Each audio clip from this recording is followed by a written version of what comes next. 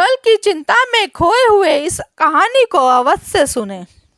बात उन दिनों की है जब भगवान शिव की कैलाश पर्वत पर सभा लगनी थी। सभी देवतागण उस सभा में सम्मिलित होने थे। तभी भगवान विष्णु अपने वाहन गरुड़ जी के साथ कैलाश पर्वत पहुंचे।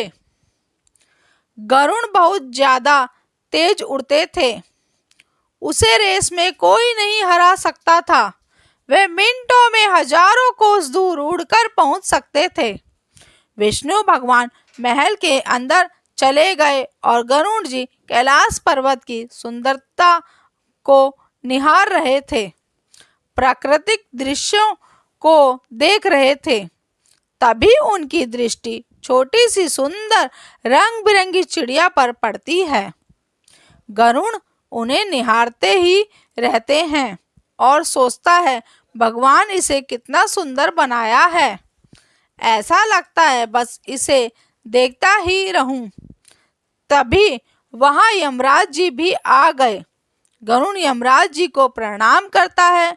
यमराज जी गरुड़ को आशीर्वाद देते हैं। यमराज जी पहले तो उस चिड़िया को एकदम आश्चर्य से देखते हैं, फिर महल की अंदर की ओर चले जाते हैं।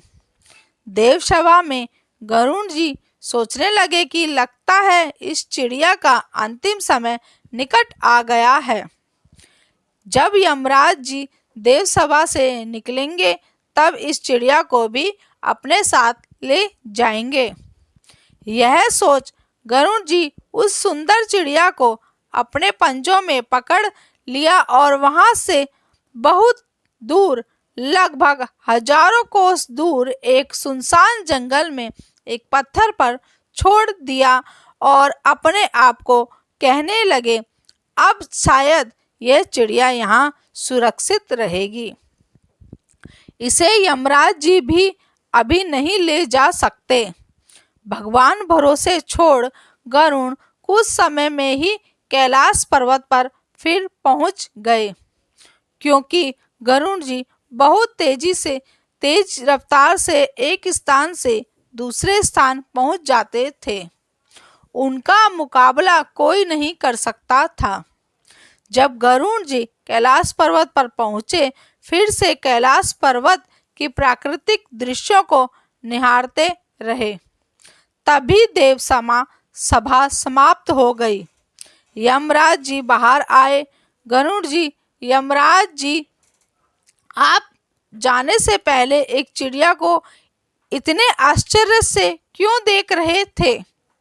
यमराज जी कहते हैं, गरुड़, उस चिड़िया का अंतिम समय निकट आ गया था, लेकिन उसकी मृत्यु जहां कैलाश पर्वत पर नहीं होनी, यहाँ से हजारों कोस दूर एक सुनसान जंगल में जब यह चिड़िया एक पत्थर पर बैठी होगी, तब एक सांप के द्वारा उसका भोजन बनेगी। मैं यह सोचकर आश्चर्यचकित था कि वह सुंदर चिड़िया अभी कैलाश पर्वत में है, तो इतने कम समय में हजारों कोस दूर सुनसान जंगल पर कैसे पहुंच सकती है। लेकिन अभी तो वह सुंदर चिड़िया दिखाई नहीं दे रही, अर्थात उसकी मृत्यु निश्चित हो गई होगी। तब गुरुजी सोचने लगे, यह मैंने क्या कर दिया? मैंने उस चिड़िया को उस सुनसान जंगल में उस पर्वत पर छोड़ आया। अभी तक तो वह चिड़िया सांप का भोजन बन गई होगी और उसकी मृत्यु भी हो गई होगी। दोस्तों, मृत्यु को कोई नहीं टाल सकता। हमें अपने आने वाले अगले पल का ही ज्ञात नहीं होता, फिर भी हम कल की चिंता में खोए हुए होते हैं। अंततः आप हर पल को खुलकर जियो, उसका आनंद लिया करो। जब हमारी जाने का समय होगा तो भगवान उस समय ले जाएंगे। बेवजह क्यों सोचते रहते हैं अपने जीवन के बारे में? धन्यवाद।